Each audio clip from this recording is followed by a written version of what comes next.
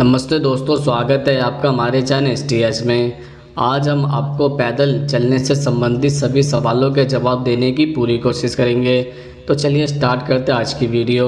सवाल नंबर 1, रोज़ाना 30 मिनट पैदल चलने से शरीर में क्या बदलाव आता है। दरअसल रोज़ाना 30 मिनट तक पैदल चलने से आप अपने हार्ट को हेल्दी रख सकते हैं। पैदल चलने की तरह कार्डियो व्यायाम कोलेस्ट्रॉल, रक्तचाप, मधुमेह, मोटापा, तनाव, सूजन और मानसिक तनाव जैसे हृदय जोखिम कारकों को कम कर सकते हैं। वॉकिंग आप अपने घर की छत पर या घर के अंदर भी कर सकते हैं, लेकिन ध्यान रखें कि रोज़ाना 30 मिनट तक वॉक करना ज़रूरी है। इसके अलावा रोज़ाना 30 मिनट की वॉक मजबूत हड्डियों को बनाए रखने में मदद कर सकती है। पैदल चलना हड्डी और मांसपेशियों की ताकत, समन्वय और संतुलन में सुधार कर सकता है। इसके अतिरिक्त पैदल चलने का असर आपको दिमाग पर भी दिखेगा। स्टडी के मुताबिक पैदल चलने से एंडोर्फिन, दिमाग और तंत्रिका तंत्र में मौजूद हार्मोन में इजाफा और स्ट्रेस लेवल में गिरावट आती है।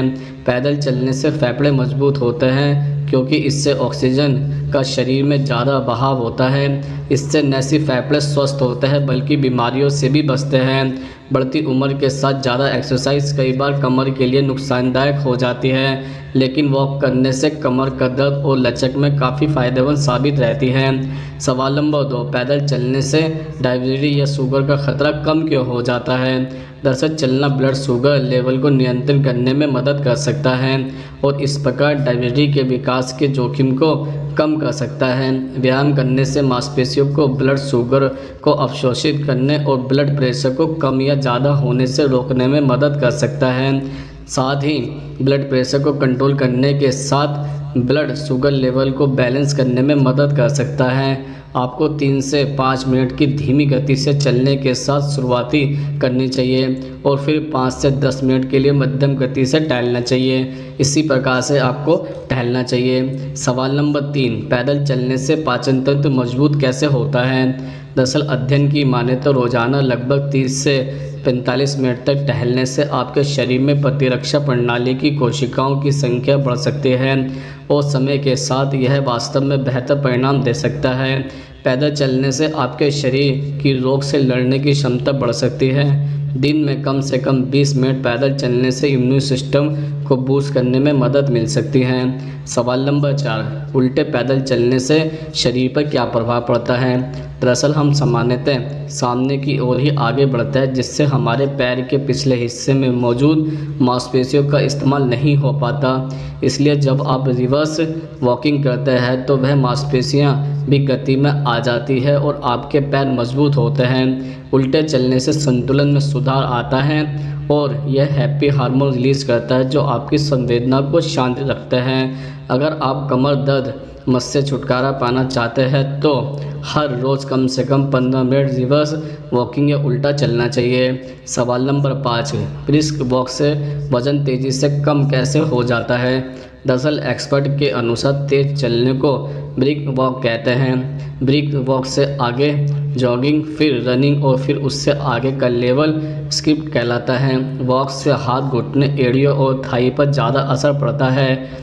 आर्थराइटिस, सांस, दिल के मरीजों के अलावा बहुत मोटे और कमर व जोड़ों के दर्द से पीड़ित लोगों को लंबी वॉक एकदम शुरू नहीं करनी चाहिए।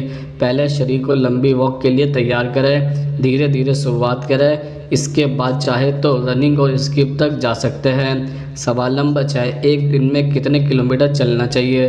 दरअसल कहा जाता है कि स्वस्थ रहने के लिए एक व्यक्ति को कम से कम दिन में आधा घंटा जरूर चलना चाहिए। अगर कदम की बात करें तो करीब 10,000 कदम यानी 6 से 7 किलोमीटर रोज़ चलना स्वास्थ्य के लिए फ़ायदेमंद होता है। सवाल नंबर 7, पैदल चलने से कैंसर का खतरा कम क्यों रहता है।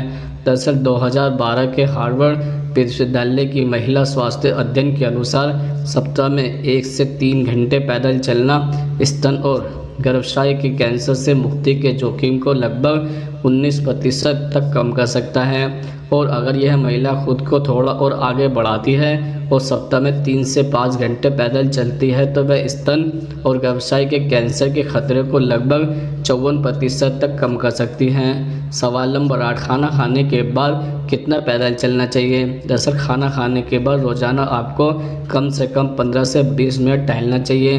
अगर आपके पास ज़्यादा समय है तो आप समय बढ़ा सकते हैं, लेकिन ध्यान रखें आपको भोजन करने के 1 घंटे के अंदर ही टहलना है। सवाल नंबर 9, 1 किलोमीटर में कितने कदम होते हैं।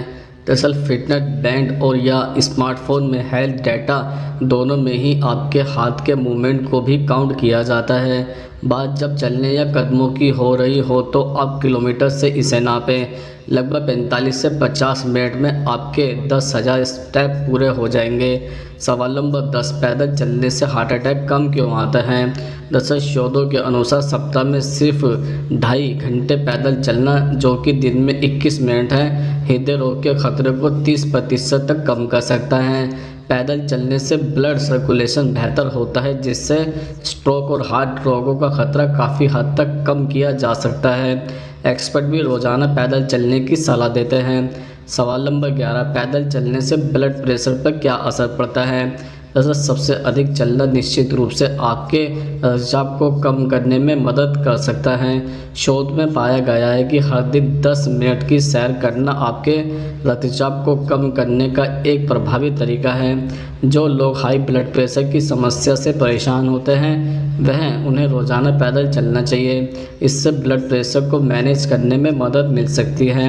सवाल नंबर 12, आधे घंटे दौड़ने से कितना वज़न कम होता है।